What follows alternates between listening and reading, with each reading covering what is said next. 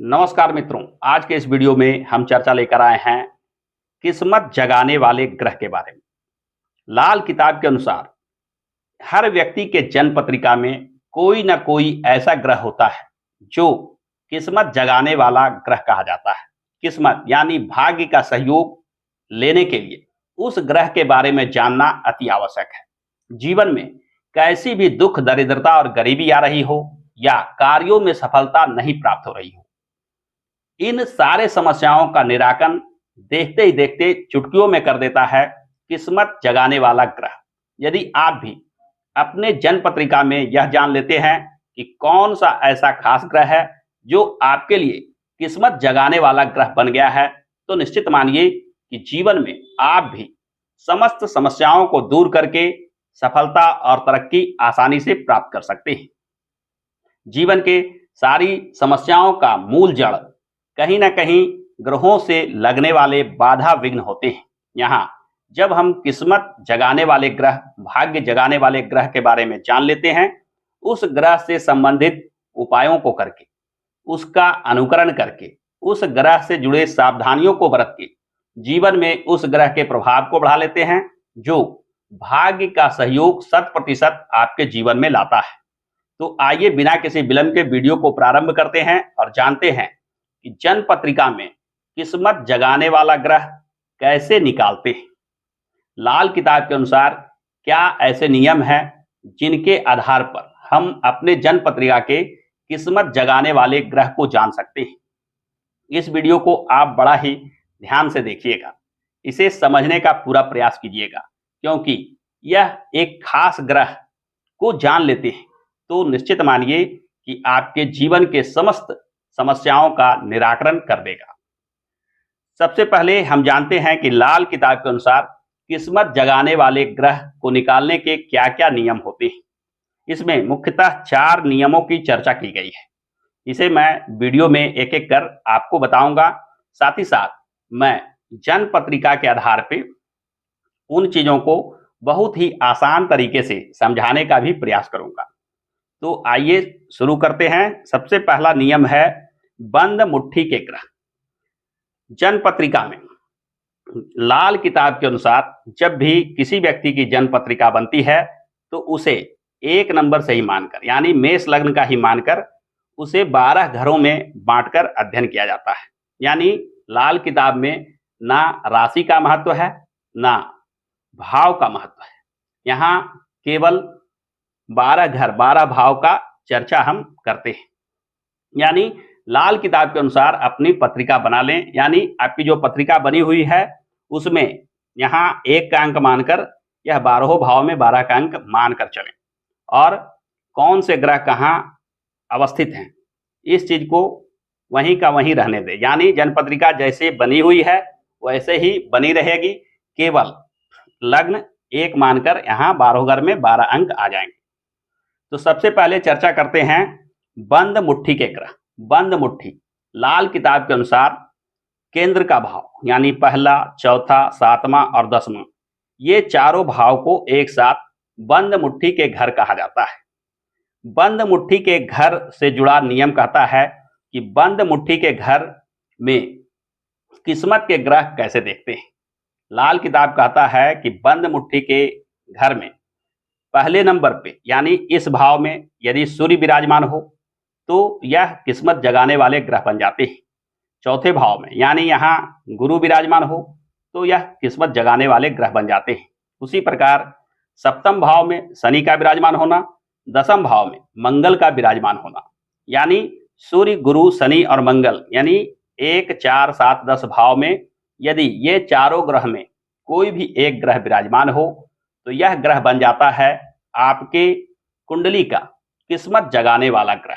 यानी पहला नियम यह कहता है कि बंद मुट्ठी में जो भी ग्रह इन भावों में आकर उच्च राशि के हो जाते हैं, वैदिक एस्ट्रोलॉजी में इन राशियों को, इन ग्रहों को उच्च राशि माना जाता है। जैसे मेष राशि में सूर्य उच्च होते हैं, कर्क राशि में गुरु, तुला राशि में शनि और मकर राशि में मंगल उच्च राशि के माने जाते हैं। इसे ही लाल किताब ने बंद मुट्ठी का भाव या घर कहा है। इन बंद मुट्ठी के भाव में इन ग्रहों का विराजमान होना, ये ग्रह आपके लिए किस्मत जगाने वाला ग्रह बन जाते हैं। यदि आप अपने जन्म पत्रिका को मिलान करते हैं और ये चारों में से कोई ग्रह निकल कर नहीं आता है, तो लाल किताब का दूसरा सूत्र इस पे लगाकर देखना चाहिए। दूसरा सूत्र कहता है कि बंद मुट्ठी के बाहर के ग्रह, यानी ये जो 4 भाव की चर्चा पहले सूत्र में की गई है, उसके अलावे क्या नियम है। नियम 2 के अनुसार बंद मुट्ठी के बाहर के ग्रह 2, 3, 6, 9, 12 इन भावों को माना जाता है। यानी इस भाव में, यह द्वितीय भाव है, यहां चंद्रमा यदि विराजमान हो तो यह किस्मत का ग्रह बन जाता है।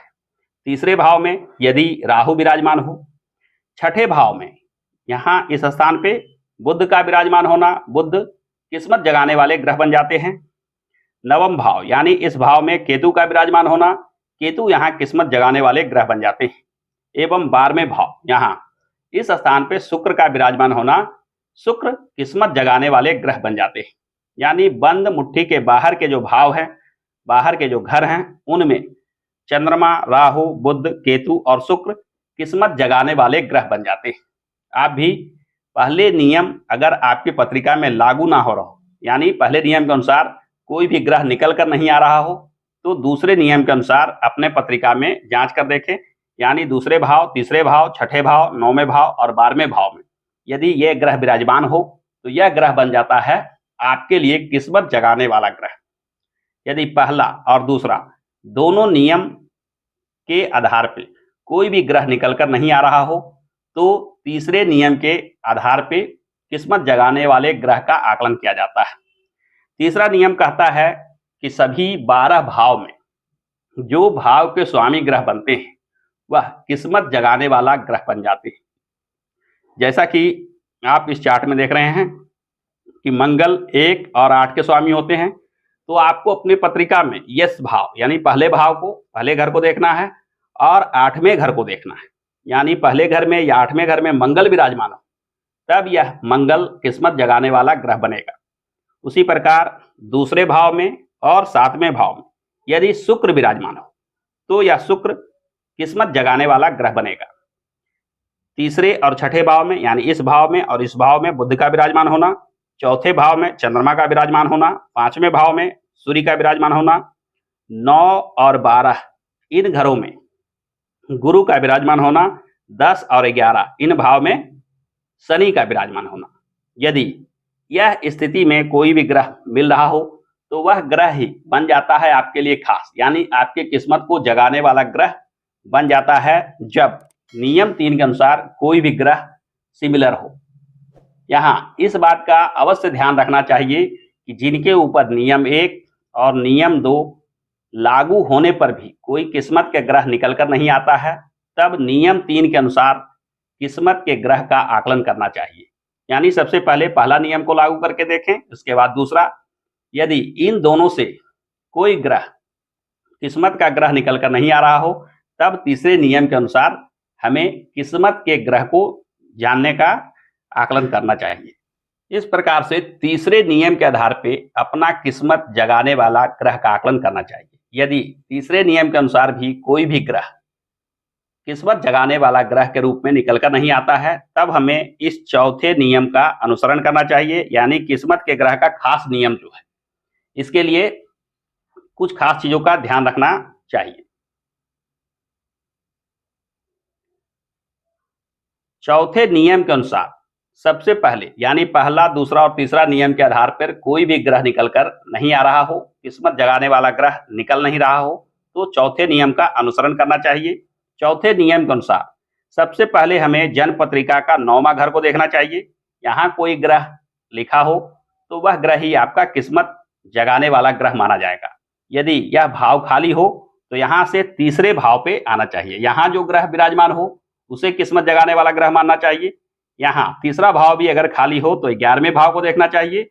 11वां भाव भी खाली हो तो 5वें भाव को देखना चाहिए। 5वां भाव भी खाली हो तो दूसरे भाव को देखना चाहिए, और दूसरा भाव भी खाली हो तो छठा भाव को देखना चाहिए, और छठा भाव भी खाली हो तो 12वें भाव को, और अंत में 8वें भाव को देखना चाहिए। यानी इस नियम के अनुसार सबसे पहले 9वां 9वें में कोई ग्रह ना हो तो तीसरा, तीसरे में ना हो तो 11वां, 11वां से 5वां, 5वां से दूसरा, दूसरा से छठा, छठा से 12वां और अंत में 8वां घर। ऐसा प्राय करके कुंडलियों में नहीं देखा जाता है, फिर भी नियम के अनुसार इस स्थिति का आकलन करना चाहिए। इससे पूर्व ही आपका कोई ना कोई ग्रह किस्मत जगाने वाला ग्रह के रूप में निकल कर आ जाता है। तो इस प्रकार से नियम 1, 2, 3 और 4 के आधार पे आपको ग्रह निकाल कर देखना चाहिए कि कौन सा ग्रह आपके लिए भाग्य जगाने वाला, किस्मत जगाने वाला ग्रह बन जाता है। इस ग्रह को निकालने में एक कंफ्यूजन आता है कि कभी-कभी एक से ज्यादा ग्रह इस स्थिति में आ जाते हैं, यानी किस्मत जगाने वाले ग्रह में एक से ज्यादा ग्रह जब आ जाएं तो क्या पालन करना चाहिए।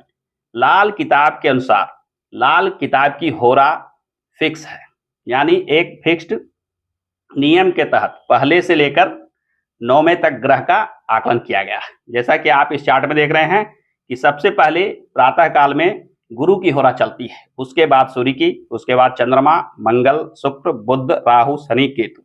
इसी क्रम आधार पे यदि 2 ग्रह आपके किस्मत जगाने वाले ग्रह बन रहे हों तो हमें देखना चाहिए कि पहले कौन सा ग्रह आता है।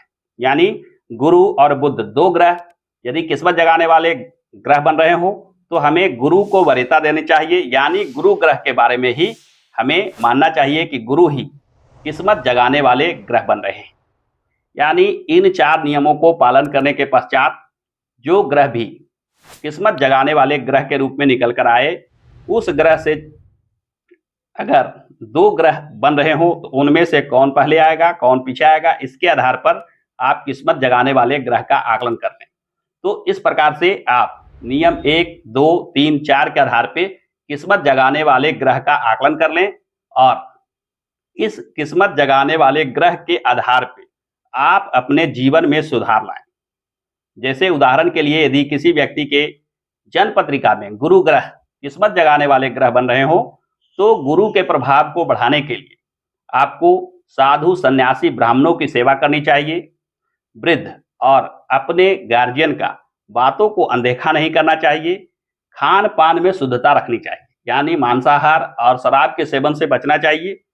गुरु से जुड़े चूत, पूजा पाठ, धार्मिक जगहों का घूमना फिरना एवं धार्मिक कल्याण के लिए दान इत्यादि करना जैसे चीजें गुरु के प्रभाव को बढ़ा सकता है। यानी मोटे तौर पर कहें कि जो भी ग्रह आपके लिए किस्मत जगाने वाला ग्रह बन रहा हो उसके बलाबल को बढ़ाने का उपाय कीजिए।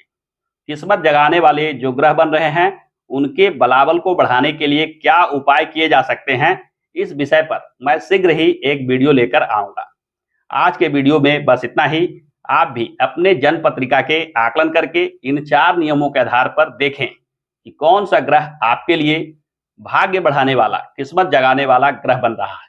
कमेंट में हमें अवश्य बताएं कि कौन सा ग्रह आपके लिए भाग्य और किस्मत जगाने वाला ग्रह बन रहा है, या भाग्य और किस्मत जगाने वाले ग्रह के बारे में कोई कंफ्यूजन हो तो आप हमें कमेंट में पूछ सकते हैं। आज के वीडियो में बस इतना ही। आशा करता हूं कि आज का यह वीडियो आपको पसंद आया होगा। यदि आज का यह वीडियो आपको पसंद आया है, हमारे इस वीडियो को लाइक और शेयर करना ना भूलें। और हाँ, हमारे चैनल को सब्सक्राइब करके बेल आइकन को अवश्य दबा लें, क्योंकि मैं इस चैनल पर इस प्रकार के ज्ञानप्रद वीडियो लेकर आता रहता हूं। हमारे साथ अंत तक बने रहने के लिए आपका बहुत बहुत धन्यवाद।